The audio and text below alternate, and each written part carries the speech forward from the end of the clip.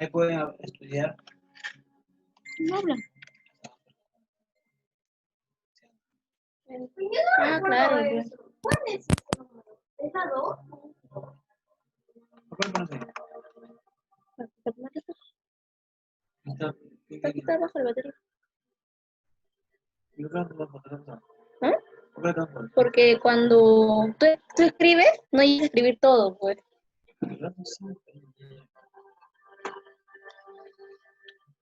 Cuando no hagas con Spring. Así me voy a demorar.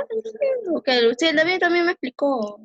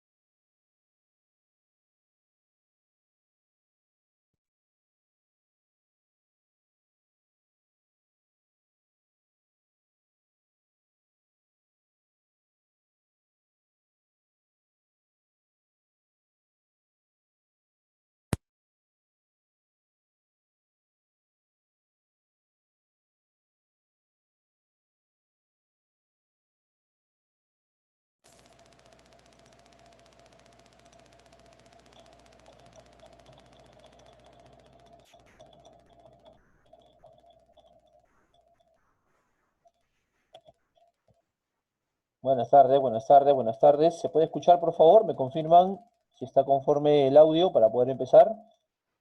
Sí, No profesor. recibo su Sí, confirmación. profesor, sí se le escucha. ¿Me escuchan ahora sí? Sí. Sí, perfecto. Ahora sí creo que ya está solucionado. ¿Qué tal? ¿Cómo está? Muy buenas tardes, chicos. Disculpen problemas técnicos acá solucionándolos. Gracias que ya, menos mal, pudimos entrar y comunicarnos.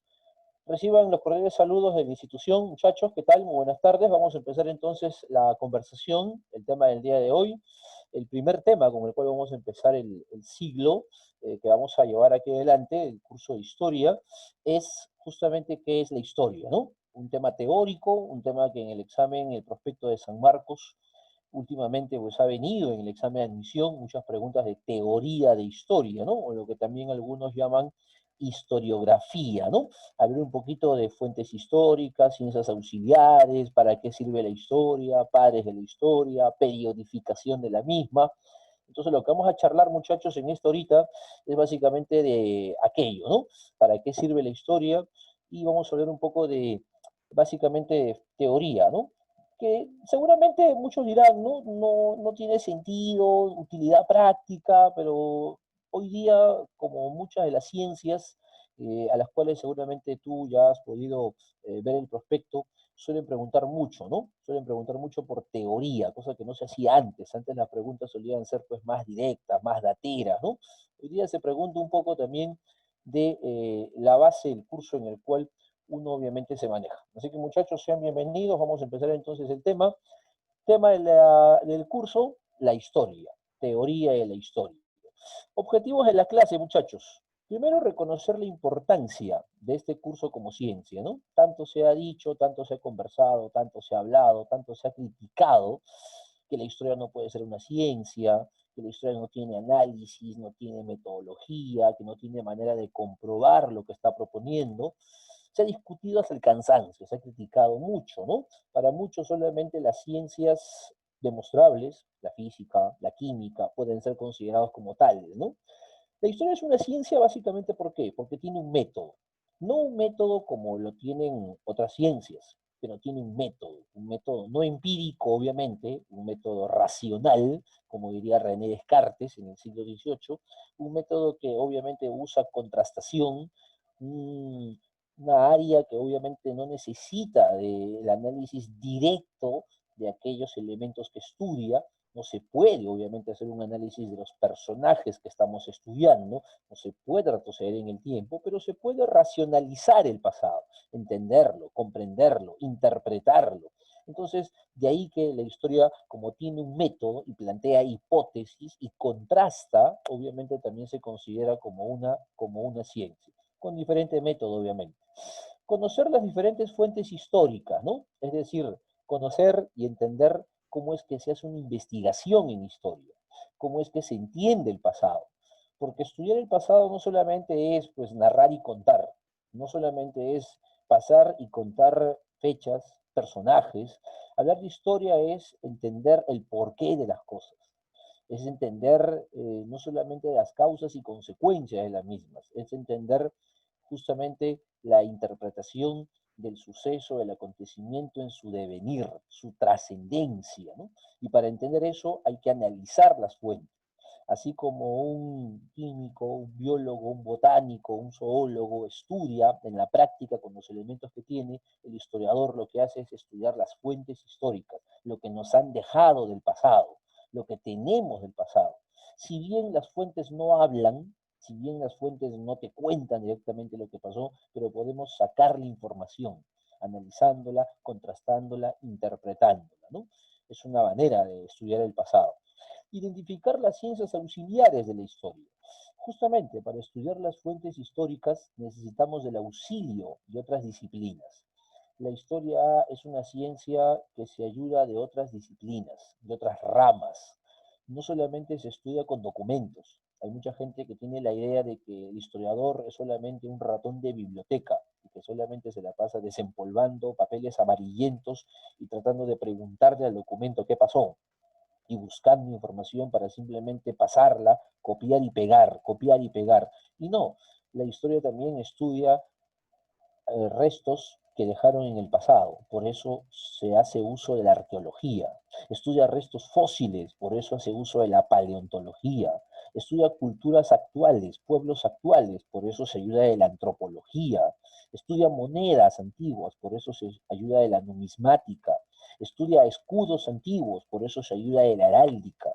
Estudia fechas, ¿cómo no? Por eso se ayuda de la cronología. Estudia el medio ambiente, por eso se ayuda de la geografía.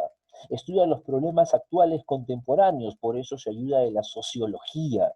Estudia los factores económicos que influyeron en un suceso, por eso se ayuda de la economía. Entonces hay que identificar cuáles son esas ciencias auxiliares que ayudan a interpretar las fuentes históricas para a partir de eso conocer e interpretar el pasado. Y además, muchachos, saber utilizar la periodificación de la historia, ¿no?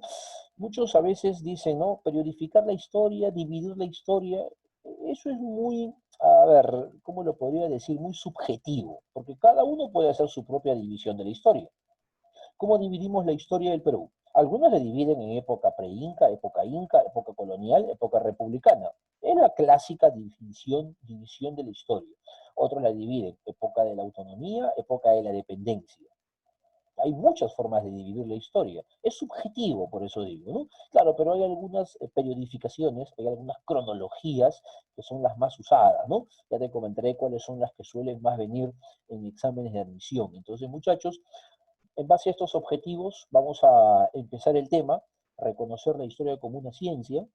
No es una narración de cuentos, es una ciencia que tiene método, que tiene análisis, gracias a la interpretación de fuentes históricas. El pasado habla, muchachos, el pasado hay que sacarle información al pasado, pero ¿cómo le sacamos información al pasado? A partir de la ayuda de ciencias auxiliares, que nos ayudan justamente a preguntarle a ese pasado qué pasó, qué sucedió, y a partir de ahí, pues, ubicar los sucesos en el tiempo y en el espacio, es decir, periodificarlos.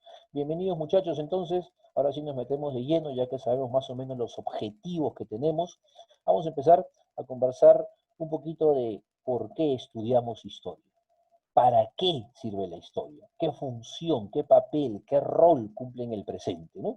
Algunos dirán, la historia es simplemente una mera narración de fechas y de personajes, es la historia de grandes hombres y sus batallas. Ese es como tradicionalmente muchos la definían, ¿no? ¿Qué es la historia? La definición que alguna vez San Marcos preguntó hace ya algunos años, más o menos 12, 14 años vino esa pregunta en un examen de San Marcos, ¿qué es la historia? Es una ciencia social. Ciencia porque tiene método, repito, social porque estudia el devenir, el acontecer, estudia los hechos, los acontecimientos, los sucesos más importantes del pasado. No lo estudia todo, la historia estudia lo trascendente del pasado, lo más importante.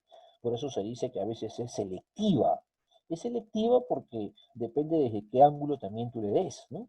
En la guerra del Salitre, por ejemplo, de la guerra con Chile, nosotros estudiamos a personajes que seguramente más nos enaltecen, más nos inflan el pecho, más recordamos, qué sé yo, Grau, qué sé yo, Bolognesi, tal vez alguien dirá Cáceres por ahí.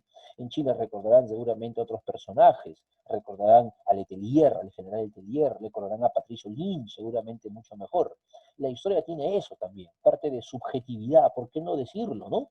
Cada quien interpreta el pasado también a su antojo, ¿no?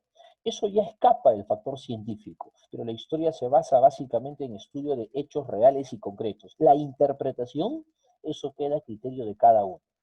El hecho fáctico, el hecho real es uno solo. La interpretación, eso ya escapa al ámbito histórico. Para mí puede haber sido un pésimo gobierno Fujimori. De repente para ustedes, muchachos, pudo haber sido el mejor presidente del Perú. Eso ya es interpretación.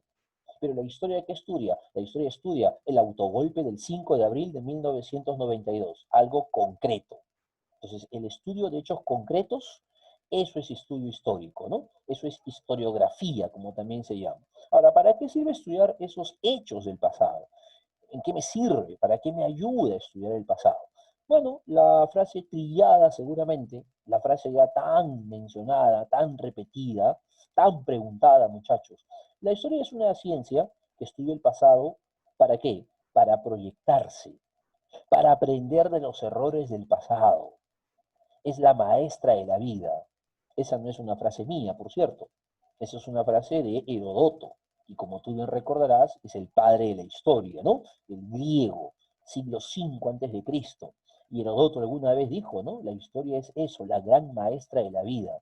Nos ayuda a no cometer los errores del pasado. Y si lo que hicimos antes y nos equivocamos en hacerlo, pues hay que corregirlo. No hay que volver a tropezar con los mismos errores, sacar lecciones del pasado.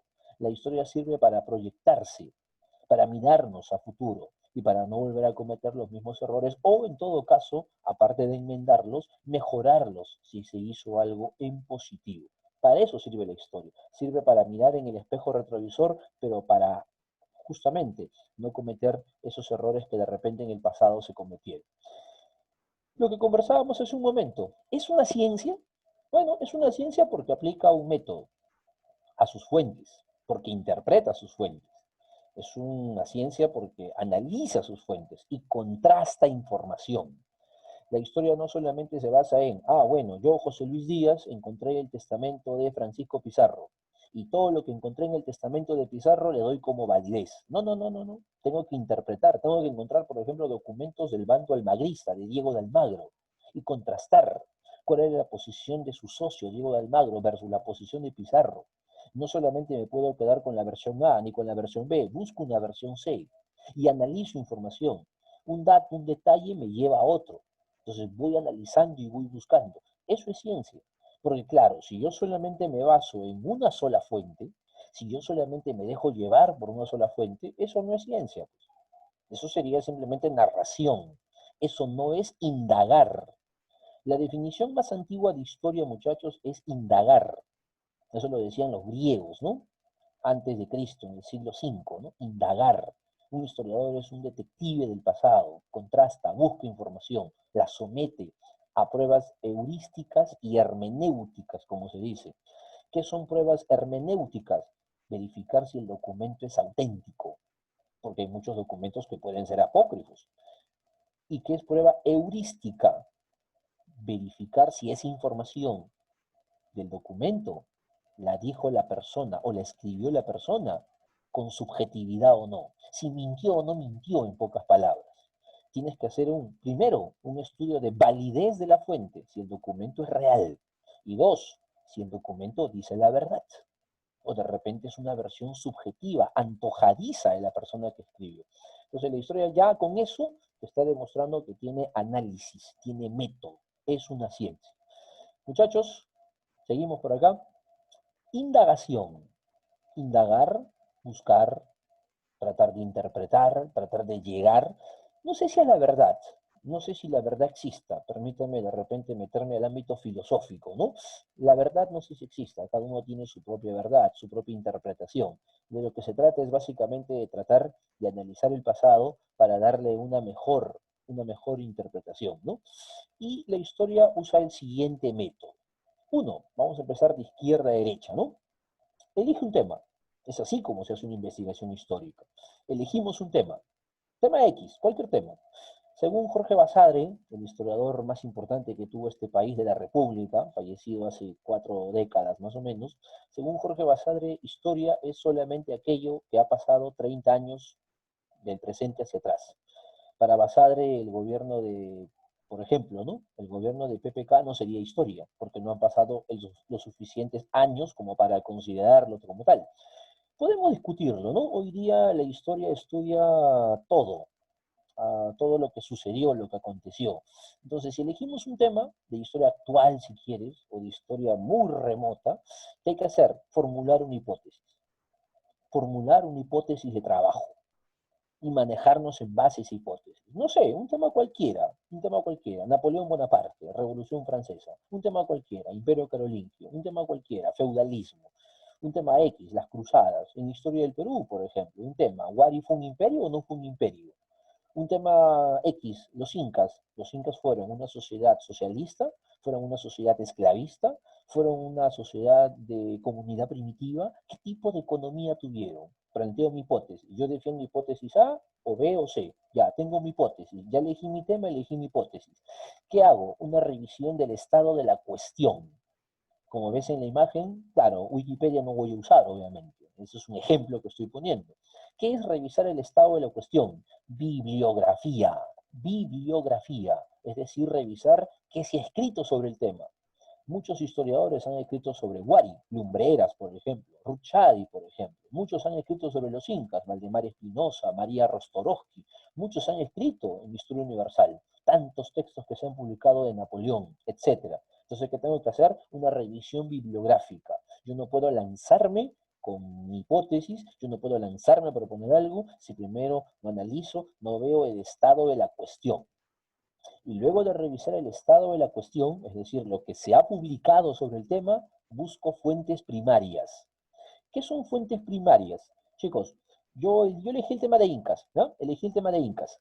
Y de repente leí a Valdemar Espinosa, su libro Los Incas, el libro más importante de repente que hasta el día de hoy se ha publicado sobre el Tahuantinsuyo. Me leo el libro, pregunta, ¿ese libro es una fuente primaria? No, no puede ser una fuente primaria, porque ese libro es ya un estudio que se ha hecho de los incas. ¿Qué es una fuente primaria? Busco y encuentro de repente un quipu inca, un quipu, de repente un quero inca, o de repente encuentro un sitio arqueológico donde se encuentran pinturas incas, tipo el Poquen Cancha, por ejemplo, el lugar donde se guardaban las pinturas en época inca. Eso es una fuente primaria. ¿Qué es una fuente primaria? Aquello elaborado por las manos de las personas que voy a estudiar. Encuentro algo nuevo, algo diferente. No repito lo mismo que dice el libro de A, B, C, D, autor. Leo primero el estado de la cuestión, claro, tengo que empaparme de lo que ya publicaron, pero luego empiezo a buscar, a indagar, a encontrar. ¿Y luego qué hago? Hago una recopilación de todo eso. Todo eso lo junto, lo mezclo, elijo. No corto y pego, no corto y pego, sino que interpreto, analizo, saco por aquí una idea, esta idea me puede llevar a otra, la fuente primaria me puede llevar a otra hipótesis, me puede llevar a plantear otra hipótesis, y con eso, ¿qué hago? Seguimos avanzando. ¿Qué hago? Un análisis de su validez. Una vez que he encontrado ideas que me puedan servir, analizo si son válidas o no. Como Nayeli acá me consulta, claro, ideas propias, exactamente. Esto es como hacer una tesis, amiga. Esto es como hacer una tesis, ¿no? Una tesis inédita, tiene que ser propia. Ahora, cuando digo tiene que ser propia, no tiene que ser un tema que nadie haya hecho, no. No tienes que descubrir la pólvora. No tienes que descubrir la pólvora. Tú puedes estudiar un tema que ya ha sido tratado, la fiebre amarilla, por ejemplo, ahora que estamos en plena pandemia, o la gripe española de 1919, un tema que se ha hablado tanto y publicado tanto, pero tú le puedes dar otro enfoque, pues. Le puedes dar otro análisis, puedes hacer otro planteamiento de hipótesis, revisando el estado de la cuestión, es decir, las tesis, publicaciones, artículos, entrevistas, qué sé yo, que se han hecho sobre el tema, y buscando nuevas fuentes primarias, y tal vez las puedas encontrar, recopilas información, luego analizas la validez de esa información, sintetizas tus conclusiones, como pueden leer a su mano derecha, muchachos, haces una síntesis, una selección de cosas que puedan servirte, y finalmente divulgas tu trabajo. La divulgas primero en conferencias, como suele hacerse, en pequeños artículos, a ver qué tal la opinión de la gente, y luego te lanzas ya, pues, ¿no? Marisela, claro, exactamente, hija, es como actualizar lo que ya está establecido. Sí, eso es actualizar lo que ya está hecho. No se trata de descubrir nada nuevo. A ver, yo no voy a cambiar la historia. Conmigo no va a cambiar la historia. Y Pizarro murió en 1541 de un sable que le atravesó Juan de Rada en su casa en Palacio de Gobierno. Eso creo que todos lo conocemos. Y José de San Martín proclamó la independencia pues un sábado 28 de julio de 1821 en la Plaza Mayor. Y Atahualpa fue capturado pues, el sábado 16 de noviembre de 1532. Eso no lo cambia nadie. Pero lo que podemos es darle un enfoque diferente, refrescar la investigación, darle un matiz nuevo. De eso se trata. Y cuando tú elijas la carrera que elijas, hijo, lo que tienes que hacer es eso. Pues. Un tema que ya ha sido tocado, genial si no ha sido tocado, sería genial. La pandemia de ahora es un tema pues casi inédito seguramente. Hay artículos que se han publicado, pero no hay una síntesis del mismo aún todavía, pero de acá a 50, 60, 70 años ya habrá obviamente estado de la cuestión sobre este tema, y alguien que quiera reactualizar ese tema, pues le da un enfoque diferente, un matiz diferente. Se puede estudiar la pandemia del COVID, perdón por el ejemplo que pongo, pero de repente es entendible de esta manera, puedo darle un enfoque económico. ¿Cómo afectó el bolsillo de la población en tal o cual país, en el ámbito macro o microeconómico? Puedo estudiar la pandemia desde el ámbito, obviamente, médico. Puedo estudiar la pandemia a partir por ejemplo, en el caso peruano, muchachos, cómo nos agarró la cuestión por la informalidad de la economía peruana. O puedo estudiar desde el lado político, la dejadez de cómo hemos llegado a la situación que estamos ahora. O sea, tú puedes darle un enfoque distinto. Ahí es donde se trata de analizar la historia, darle un matiz diferente. O como dijo Marisela, ¿no? Actualizar lo que ya está establecido. Muchachos, fuentes históricas. Vamos entonces ya a desmenuzar un poquito más el tema, ¿no? Las fuentes históricas, chicos, es todo aquello que sirve para reconstruir el pasado. Todo aquello que nos dejaron los que alguna vez estamos hoy día estudiando, los que están siendo motivo de nuestra investigación, ellos nos dejaron cosas. Eso es fuentes históricas, lo que quedó del pasado. Y existen varias formas de dividir las fuentes históricas. Yo las he dividido de esta manera porque creo que es la más, no sé si común, pero por lo menos más preguntada. Fuentes primarias y secundarias. Fuentes primarias y fuentes secundarias. Permítanme empezar por las fuentes secundarias, ¿sí? Porque son las más conocidas. Ustedes, por ejemplo, muchachos, ¿qué tienen seguramente en casa en este momento? Libros, compendios de historia, compendios de biología, compendios de trigo, compendios de, libros de, enciclopedias de, etcétera, etcétera, etcétera. Esas son fuentes secundarias, porque esos libros se basan en otros textos. Ya es la historia de la historia, no sé si se entiende. Es la historia de la historia. Libros de historia, biografías, tratados, estudios arqueológicos. O sea, si yo agarro un libro de arqueología, obviamente no estoy estudiando los restos que dejaron ellos, estoy estudiando lo que otros ya han analizado de esos restos. Es una fuente secundaria. Si yo agarro, por ejemplo, ¿no? Una biografía, no estoy estudiando en sí a la persona, estoy estudiando lo que ya se ha dicho de la persona desde ese punto de vista. Un tratadista de arte, por ejemplo, que interpretó la, no sé, la Gioconda, la Mona Lisa de Miguel Ángelo, en su momento, de Rafael, de repente la Escuela de Atenas, o de Leonardo da Vinci, de repente una obra, ¿qué puedo yo entender de él? Bueno, su punto de vista. Puedo estudiar también el estado de la cuestión de eso. Entonces, en pocas palabras, lo que ya se ha estudiado de una época, eso es fuente secundaria. Los libros, básicamente. ¿Qué es fuente primaria? Es lo que no se ha tocado. Es lo que nadie ha todavía analizado. Y yo lo voy a hacer. Ahora, esas fuentes primarias se dividen en no escritas y escritas. No escritas, monumentos, obviamente. Básicamente la arqueología maneja eso, ¿no? Restos humanos o materiales. Bueno, restos humanos antiguos, muy antiguos, paleontología. Utensilios, cerámica, quipus, etc. Tejidos, por ejemplo. Edificios, arquitectura, se entiende. Testimonios orales, leyendas, por ejemplo, ¿no? Leyendas, mitos, cuentos, poemas, narraciones. Los poemas, los cuentos, las narraciones y leyendas nos brindan información del pasado. Esas son fuentes no escritas y son primarias, claro. Yo escucho por ahí la leyenda de, no sé, Rómulo y Remo, la del Minotauro, o acá en el Perú, por ejemplo, el Taquioncoy, en la época de los incas de Vilcabamba, o los mitos tan conocidos como, por ejemplo, los de fundación del Imperio Inca. Me brindan una información que puedo yo interpretarla, ¿no? Fuentes primarias escritas, aquello que obviamente se ha recopilado, pero de primera mano. ¿Cómo de primera mano? Por ejemplo, ¿no? Yo encuentro el censo que hizo Ramón Castilla en el año 1860, el documento original. Ajá, es una fuente primaria, escrita, claro. El censo de 1860, que arrojó 2 millones de habitantes, por ejemplo, en el Perú. Encuentro, a ver, muchachos, de repente alguien me puede ayudar, ya que ahí dice periódicos. Buen dato. ¿Cómo se llamó el primer periódico en la historia del Perú? Les doy una pista, 1742, el primer periódico que tuvo la historia de este país. Y este primer diario, este primer periódico es una fuente, ¿no? Primaria. Este primer periódico, obviamente, alguna vez tuvo importancia, circulación. ¿Alguien de repente se acuerda, muchachos? El primer diario, el primer periódico. No fue el peruano, no fue el Mercurio peruano, por acá me están contestando. ¿Correo? Perdón, perdón. ¿El correo? No, tampoco. El Mercurio peruano, mientras van pensando su respuesta, el Mercurio peruano, gracias, Aller Flores, acá me contestó muy bien, amigo. A ver, el Mercurio peruano es de 1791. 1791. El peruano es de 1824, época de Simón Bolívar. El comercio es de la época de Agustín Gamarra, de 1839. La respuesta que dio acá mi amigo Flores es la Gaceta de Lima. Y esa es la correcta respuesta, la Gaceta de Lima. La Gaceta de Lima es el primer periódico, el primer diario en la historia peruana, 1742, siglo XVIII. Entonces, esa es una fuente primaria. No sé, otro ejemplo, inscripciones.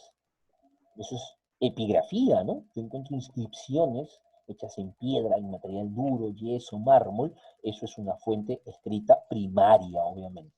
Tratados, por ejemplo, chicos, a ver, otra preguntita, tratados. A ver, hay tantos. ¿Cuál te pregunto? Ya, ahí te va. ¿Cuál es el tratado, el nombre del tratado firmado en el Onceño de Leguía que nos dio la posibilidad de recuperar Tacna? Te doy una pista. 1929, Onceño de Leguía. Tacna se reincorporó No al Perú. sabía. ¿Cómo se llamó ese tratado? Y si encontramos el original de ese documento, que está guardado en archivos, obviamente, es una fuente primaria escrita. ¿Se acuerdan cómo se llamó ese tratado, muchachos? Agosto Profesor, de 1929. ¿Perdón? profesor, en ese tratado que usted dijo de que nosotros recuperamos Tacna, en Ujú. ese también decía de que se hacía una encuesta para recuperar Arica, pero los chilenos lo que habían hecho era No lo hicieron. los... Exactamente. ¿no? Esto que tú me estás haciendo referencia, estimada amiga, eso es el famoso Tratado de Ancón. El Tratado de Ajá, Ancón es el tratado de paz, el tratado final de la Guerra ujú, del Salitre. Eso fue en 1883. Eso fue después de 4 años y medio de guerra. ¿Qué decía el Tratado de Ancón, firmado en el año 83, en octubre? Decía que tenía que hacerse un plebiscito, una ahí consulta, está, una plebiscito. encuesta para que Tacna y Arica, 10 años después, iba a hacer esa consulta, que nunca se hizo, por cierto, regresasen o se quedasen en el suelo chileno. Pero como nunca se hizo plebiscito, en 1929 hubo un tratado con el cual Perú y Chile llegaron a un acuerdo, digamos, salomónico. Ese tratado se llamó Tratado Rada-Figueroa, Rada-Figueroa, también conocido como Tratado de Lima. Con ese tratado, en el Onceño de Leguía, recién se reincorpora Tacna nuevamente al Perú y Arica desgraciadamente se pierde, ¿no? La historia de los tratados es importante, eso lo estudia la diplomática, ¿no? La diplomática estudia los documentos antiguos. Obras literarias, a ver, ya que hemos hablado de fuentes escritas, de documentos, de censos y de periódicos, si hablamos un poco, eso lo hago para poner ejemplos solamente, ¿ah? Hablamos de obras, sean o no literarias, chicos. Ahí te va la pregunta.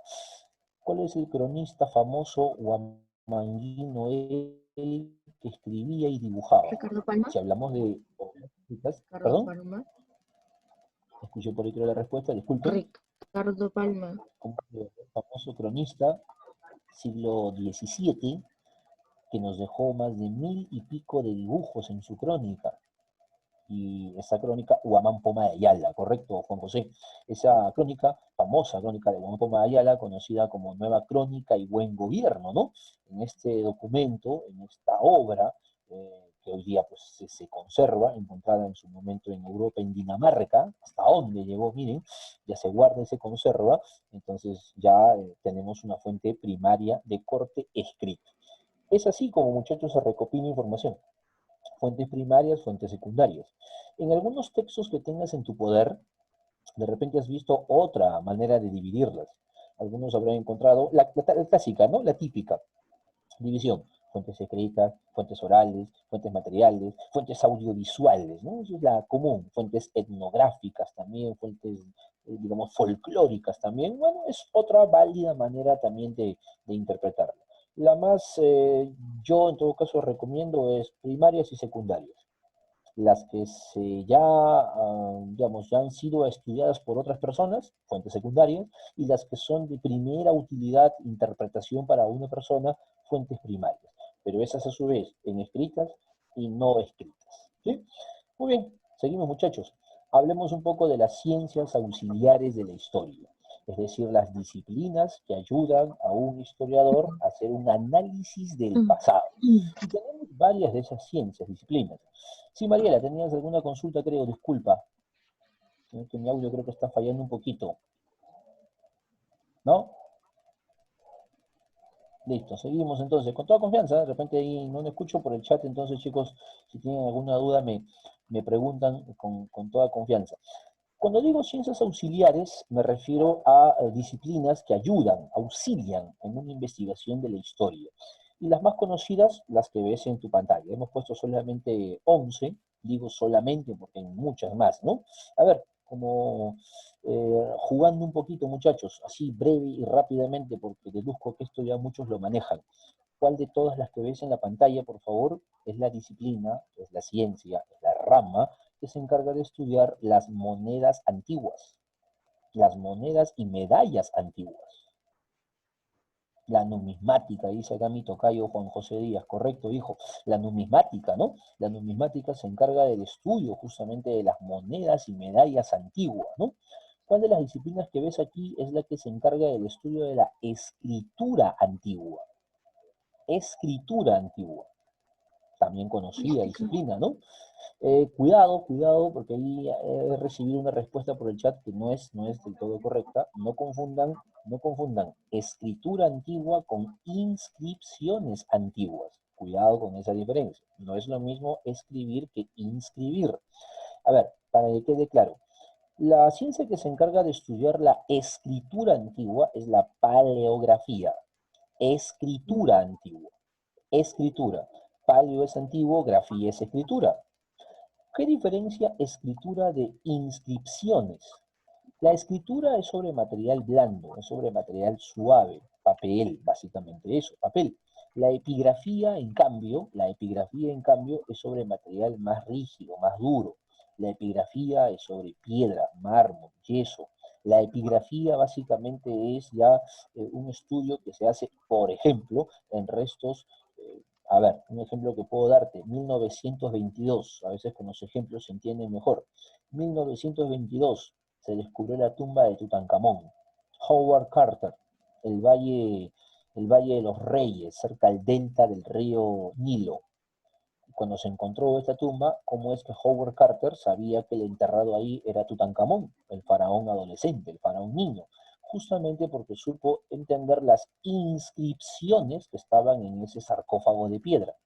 En resumen, muchachos, la epigrafía estudia inscripciones, que es sobre material duro, y la paleografía estudia la escritura, que es sobre material suave, blando. ¿Sí? Cuidado con esa diferencia.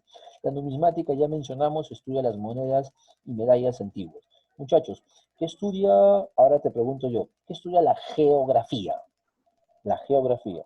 Y cuidado con hacer la definición clásica típica de antaño, ¿no? La geografía. No definas las ciencias a veces por etimología, ¿no? No definas las ciencias por etimología. Porque si lo hacemos, cualquiera de ustedes dirá, profe, geo, tierra, grafía, descripción. Ah, ya, descripción de la tierra. No es del todo correcto. Exactamente, Juan José. Gracias, hijo. La geografía estudia eso, estudia la interrelación, la relación, la interdependencia que existe entre el hombre y su medio ambiente. Esa es la definición más actual de geografía. Antiguamente se definía, ¿no? Descripción de la Tierra, punto. Hoy día no. La geografía estudia cómo el hombre se relaciona con su entorno, cómo el hombre se relaciona con su medio, cómo es que se adapta a su medio. Chicos, la paleontología estudia los restos fósiles. La paleontología estudia restos fósiles, restos que se han mimetizado con el suelo, con la tierra, de millones de años. La antropología estudia la cultura del hombre, el hombre y sus obras, las diferentes costumbres humanas, pueblos que actualmente existen en diferentes continentes, grupos étnicos, tribus, que viven todavía con costumbres no occidentalizadas y que mantienen todavía esas costumbres ancestrales. Eso estudia la antropología, diferentes costumbres humanas, formas de vida. Un antropólogo, ¿qué hace? No va y toma fotos y pregunta, no, un antropólogo se empapa de la zona, vive, convive con ellos, y tras convivir con ellos, luego de algunos meses o años de cohabitar con ellos, lo que hace es publicar sus experiencias. La cronología, estudio del tiempo, obviamente, que es vital en este curso, ¿no? La etnografía estudia a las etnias, estudia a los pueblos, estudia las costumbres de esos pueblos. La etnografía es de repente lo más conocido o lo más similar que puede haber al folclore, lo más cercano que puede haber al folclore. Estudia esas costumbres, no solamente, porque a veces mucha gente entiende por folclore solamente danzas, no solamente es eso, el estilo de vida, la filosofía de vida, esa forma de entender el mundo, esa forma de vivir, de comprenderlo. La lingüística, pues obviamente estudia eso, ¿no? Los dialectos, los diferentes dialectos de las poblaciones, que son tantas en el mundo actualmente, ¿no? La genealogía estudia el árbol genealógico, el pasado, es decir, buscar las raíces de, el origen de. La genealogía es muy importante porque a partir de ella lo que puedo hacer es entender cómo es que un personaje de la historia puede estar relacionado con otro personaje histórico. No sé, el primero que viene a mi mente es Tupac Amaru II, muy conocido personaje, obviamente, que tiene que ver, obviamente, con Tupac Amaru I, ¿no? El famoso Inca de Vilcabamba. O sea, hay importancia histórica en uno u otro personaje, claro que sí, genealogía, ¿no? Mateo Pumacahua, por ejemplo, que era un cacique famoso en el virreinato que pudo demostrar que tenía pasado inca, ¿no? La diplomática estudia documentos, la validez de esos documentos. La diplomática estudia los documentos oficiales, los tratados, por ejemplo, como conversábamos hace rato, ¿no? Los diferentes tratados que se han descubierto, que se han encontrado y que tienen que analizarse, pues, ¿no? Tratados firmados de uno u otro bando, otro país. Esas son algunos, muchachos, de las ciencias auxiliares de la historia. Cada uno desde su rama, desde su ámbito, nos ayudan a entender el pasado. Acá tenemos algunas preguntitas, chicos, que pueden de repente ayudarnos un poquito más a practicar, ¿no? Es lo que finalmente importa aquí. A ver, vamos a practicar un poquito. Dice la pregunta 1, ¿el estudio de la historia tiene por finalidad? La historia tiene por finalidad ¿qué? La pregunta de San Marquitos, ¿ah? El 2005. Dicen la D por acá. A ver, los demás chicos, por acá Juan José me dice la D. La historia tiene por finalidad ¿cuál? Muchas preguntas se hizo en San Marcos sobre teoría de la historia, mientras estoy leyendo sus respuestas. Voy un ratito, permíteme hablando. Mientras te comento lo siguiente. ¿Por qué en los años 2000? Porque en los 2000 el rector de la San Marcos fue Manuel Burga, que fue un historiador. Entonces ahí es donde mucho se preguntó por teoría de la historia en esos años, ¿no? Y tienen razón, he leído sus respuestas, Juan José, Yanela, Nayeli, Alexandra, la respuesta es correcta, la D, ¿no? La D. La historia estudia el pasado para comprender el presente y para obviamente proyectarse al futuro, ¿no? Y proyectarse al futuro. Otra pregunta que dice, ¿no? Así, también San Marcos, empezando la década del 2010 en adelante. Dice, el conocimiento especializado que auxilia, bueno, ya sé por dónde va la pregunta, a la historia, y se dedica a analizar e interpretar las inscripciones encontradas en los restos materiales, es denominado, ¿cómo es que se denomina a esta disciplina, señores? A esta rama, a esta ciencia que auxilia, dice la pregunta, ¿no? Por ahí me dicen, a ver, vamos leyendo sus respuestas, muchachos. La clave está en el segundo renglón, creo, ¿no?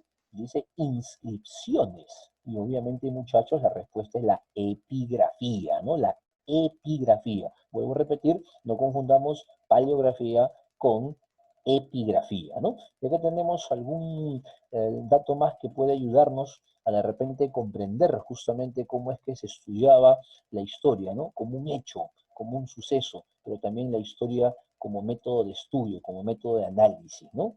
Importante también verlo desde ese punto de vista y también desde el punto de vista en el cual tiene obviamente ciencias auxiliares que ayudan al entendimiento del pasado, ¿no?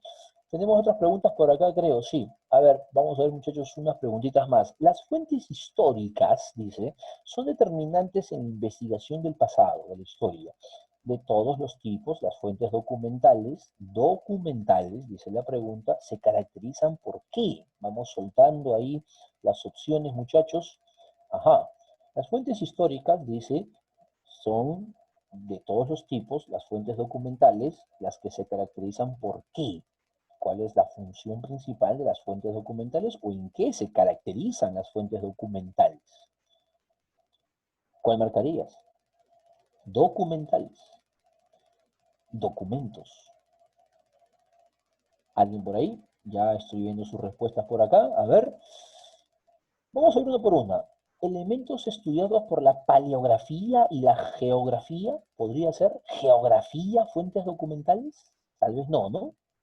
Puede ser restos, muebles e inmuebles dejados por el hombre.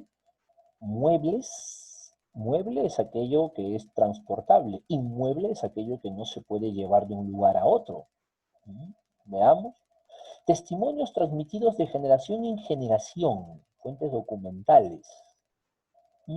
A ver. Documentos contenidos solamente en soporte de papel. Y la E dice textos manuscritos estudiados por la epigrafía. Ojo, dice las fuentes históricas son determinantes en la investigación histórica de todos los tipos. Las fuentes documentales se caracterizan por, muchachos, la alternativa a la A. ¿Por qué? ¿Por qué la alternativa A? Porque, uno, la paleografía está en relación directamente con las fuentes documentales, documentos. Eso creo que ya no tengo que explicarlo mucho. Y la geografía, ¿por qué?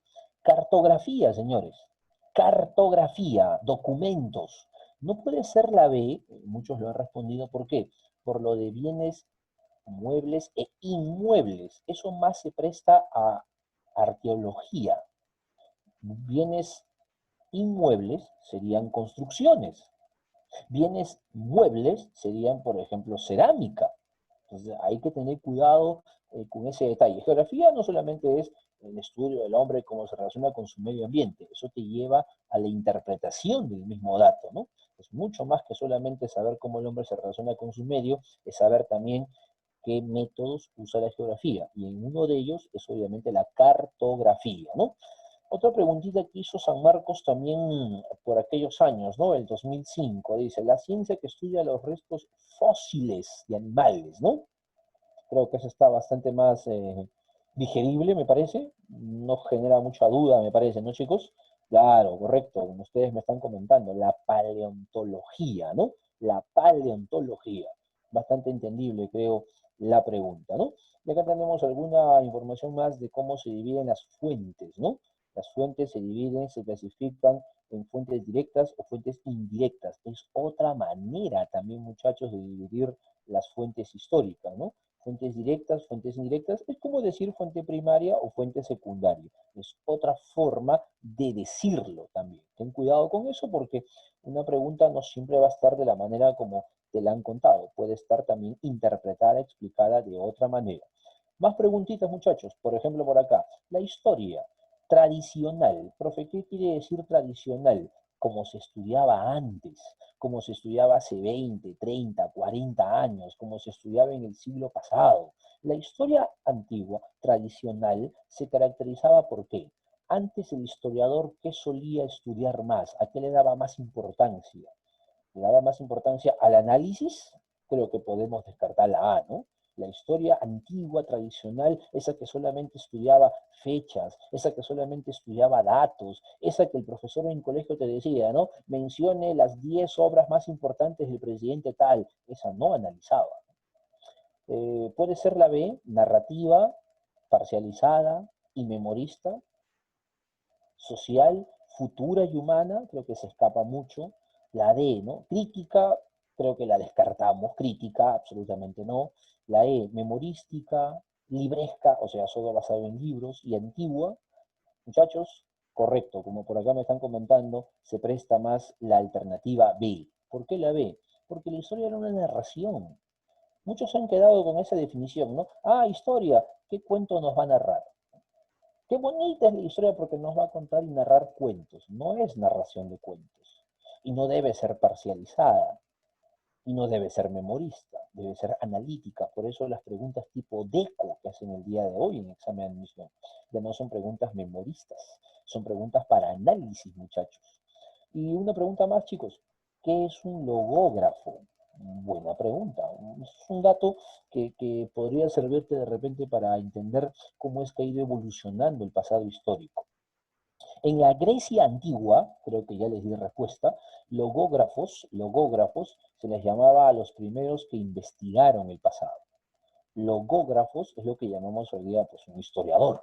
Por eso es que la alternativa sería la D, los primeros historiadores en la antigua Grecia. Herodoto, por ejemplo. Tucídides, por ejemplo, serían logógrafos, estudiosos del pasado, ¿no? Y acá tenemos alguna información más justamente que complementa lo que acabo de decir, ¿no? La historia como definición tradicional, antigua, y la historia como ya obviamente definición moderna, actual, ¿no? Cómo ha cambiado, cómo ha evolucionado en el tiempo esta interpretación de cómo se veía la historia antes, como mera narración, memorista, parcializada, y cómo diría se la ve ya como una disciplina científica, ¿no? Chicos, y algunas preguntitas más, a ver rapidito, que el tiempo de repente me gana. La historia tradicional, otra vez, la historia tradicional, dice, la antigua, la clásica, la de antaño, se caracteriza ¿por qué? Tenemos ahí 3 opciones, juguemos con esas alternativas. La historia tradicional se caracteriza por ser la de nuestros abuelos, la de antaño, la que nos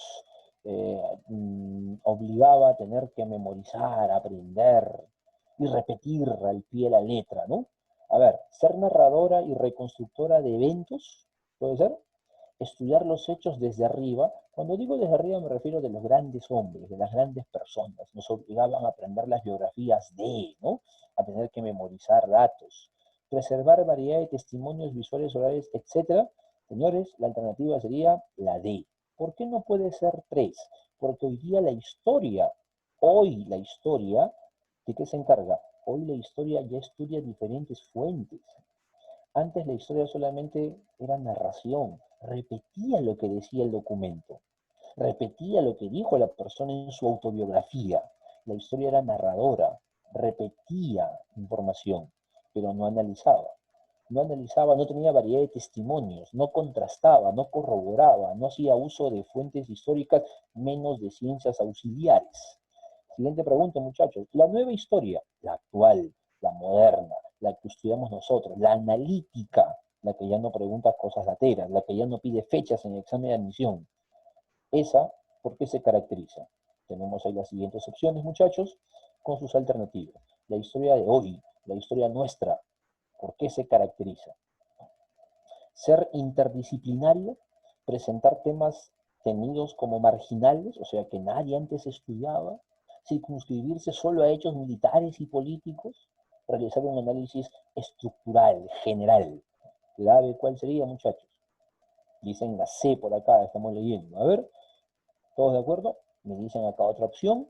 La clave, señores, la alternativa B. ¿Por qué? ¿Por qué? La historia hoy, ¿qué estudia? Estudia lo que antes mucha gente dejaba de lado, lo marginal. Hoy día se estudia todo lo trascendente, todo lo importante. Antes se decía, la historia solamente las hacen los grandes hombres.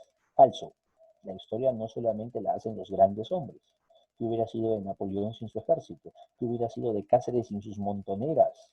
¿Qué hubiera sido de las grandes personalidades y los que estaban detrás de ellos? Es interdisciplinaria, claro, porque estudia basándose en otras ciencias disciplinas.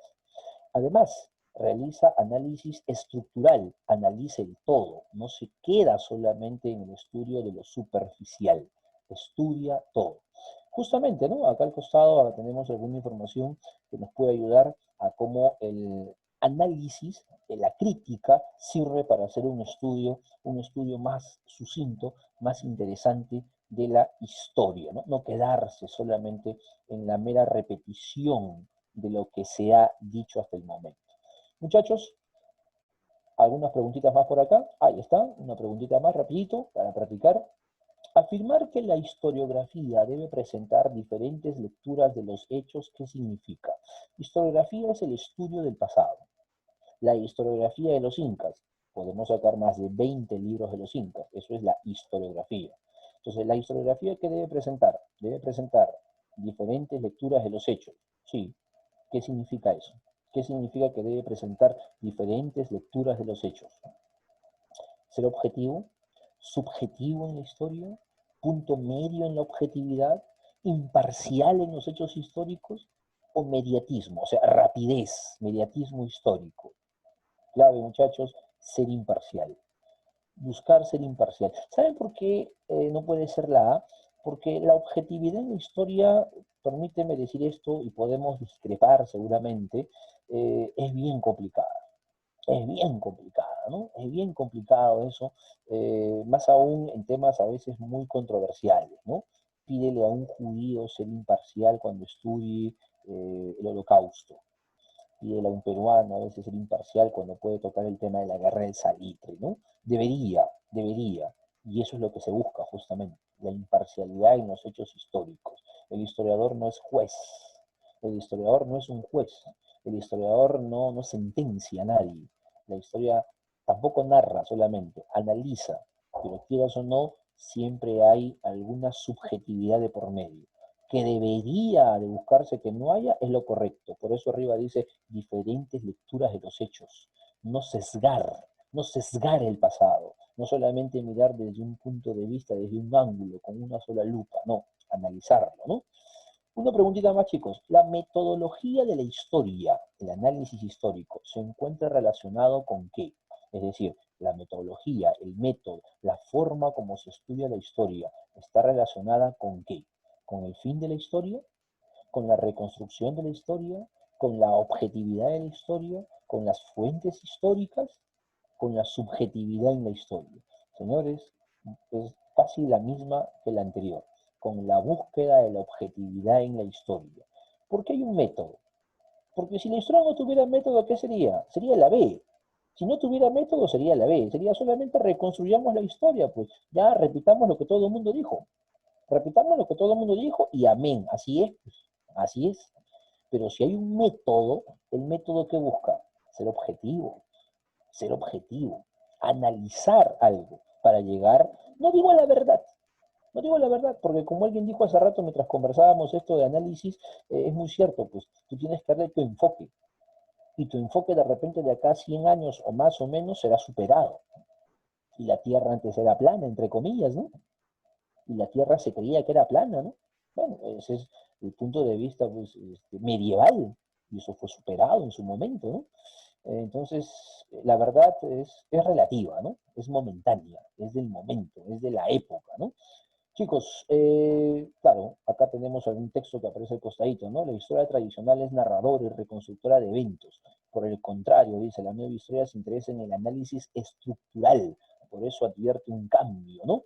Mientras que la vieja historia solamente repetía las cosas desde arriba, de los grandes acontecimientos y personajes. Ha cambiado, pues, ¿no? Por eso repito, por tercera vez, hoy día revisa tu examen de admisión, San Marcos sobre todo, las preguntas ya son analíticas. Ya no te piden, ¿en qué año fue tal obra? ¿Qué presidente hizo tal obra? No. Te piden el porqué, las causas, análisis, interpretación. Muchachos, y para ir terminando, ya me está ganando la hora, periodificación, muchachos. Me quedan 4 minutitos rapidito, chicos. Periodificación de la historia. Acá tenemos dos maneras de periodificar la historia, de dividir la historia. Esta que aparece en tu pantalla es seguramente la más conocida por ustedes. Esta es la más conocida, la tradicional, la que todo el mundo repite, la de Cristóbal Keller. Christopher Keller, también conocido como Cellarius. Este caballero dividió la historia en Edad Antigua, Edad Media, Edad Moderna. Luego se le aumentó la edad contemporánea. Keller dividió la historia en antigua, en media y en moderna. Luego se le aumentó esto de edad contemporánea. Edad antigua. Edad antigua es estudio de, por ejemplo, Grecia, Mesopotamia, Egipto, Persia, la cultura china, la cultura hindú, hasta Roma. Desde que se inventó la escritura hasta Roma de Occidente, hasta el año 476. Y empieza la Edad Media, donde se estudia las invasiones bárbaras, el imperio carolingio, el Islam, el imperio bizantino, el feudalismo, las cruzadas, hasta la toma de Constantinopla por los turcos otomanos en 1453. Y ahí empieza la Edad Moderna, donde se estudia humanismo, renacimiento, reforma protestante, monarquías absolutistas, hasta la Revolución Francesa, 1789. Y de ahí en adelante, ¿qué se estudia? Revoluciones industriales, imperialismo, guerras mundiales, periodo de entreguerras, la Guerra Fría, etc. ¿Sabes cuál es el error de esta periodificación? Creo que muchos la conocen seguramente. Es muy eurocentrista. Porque los cortes que te he mencionado, invención de la escritura, año 476, 1453, 1789, solamente se basan en sucesos ocurridos en Europa. El gran defecto que tiene la división de Keller es que solamente se basa en hechos ocurridos en Europa. Por eso se dice que es muy eurocentrista. Ese es el defecto. Es tradicional, es positivista, porque solo se basa en un hecho, y no toma en cuenta al resto de continentes. y no toma en cuenta el resto de lugares o acontecimientos que también tuvieron historia y, ¿por qué no?, trascendieron también en el tiempo. El descubrimiento de América, la invención de la imprenta u otros acontecimientos más. Entonces, ¿por qué basarnos solamente en esos hechos? Dirían algunos, y ahí viene la crítica. Por eso es que se ha creado una nueva periodificación. Científica la llaman muchos, la de Karl Marx y Federico Engels. Friedrich Engels, dos alemanes, siglo XIX, mediados del XIX, y Marx ya no divide la historia en edades, sino que divide la historia en modos de producción. Así se divide hoy la historia, modos de producción. ¿Por qué no dividirla en edades? Vuelvo a repetir, porque nos basamos en fechas, cortes, y nos basamos solamente en cosas ocurridas en Europa. Marx decía, en cambio, no, hay que basarnos en los modos de producción, es decir, cómo las sociedades han cambiado su manera de producir. Y empezamos, comunidad primitiva. En todo el mundo hubo comunidad primitiva. En todo el mundo el primer hombre se dedicaba a la caza, a la recolección. No en el mismo momento, pero todos tuvieron eso. Todos pasaron por ese modo de producción. Acá en el Perú, toquepala, lauricocha. Luego el esclavismo. Acá hubo esclavismo, claro, no en la misma época que Egipto, pero hubo esclavismo. Los incas, o antes de los incas, Huari, por ejemplo. Feudalismo, otro modo de producción que tuvo todo el mundo. Claro, acá no se llamaba feudalismo, acá se llamaban señores encomenderos, por ejemplo. Juan José Díaz me dice, a través de la lucha de clases. Claro, Marx decía, ¿no? La historia tiene como partera a la lucha de clases, los de arriba y los de abajo, ¿no? ¿Qué es el capitalismo? Obviamente el desarrollo ya del industrialismo, del desarrollo tecnológico de los países más desarrollados, para luego pasar al comunismo, decía Marx. Y así es como la historia va cambiando. No cortemos la historia en fechas, decía Marx. Basémonos en modos de producción. Cada época ha tenido un modo de producción que no tiene por qué estar mecánicamente partido en un año, en una fecha. Esa es la periodificación tradicional, clásica, que hacía Christopher Keller. Y finalmente, muchachos, para despedirnos, la verdad que ha sido un gusto compartir con ustedes esta clase, esta sesión.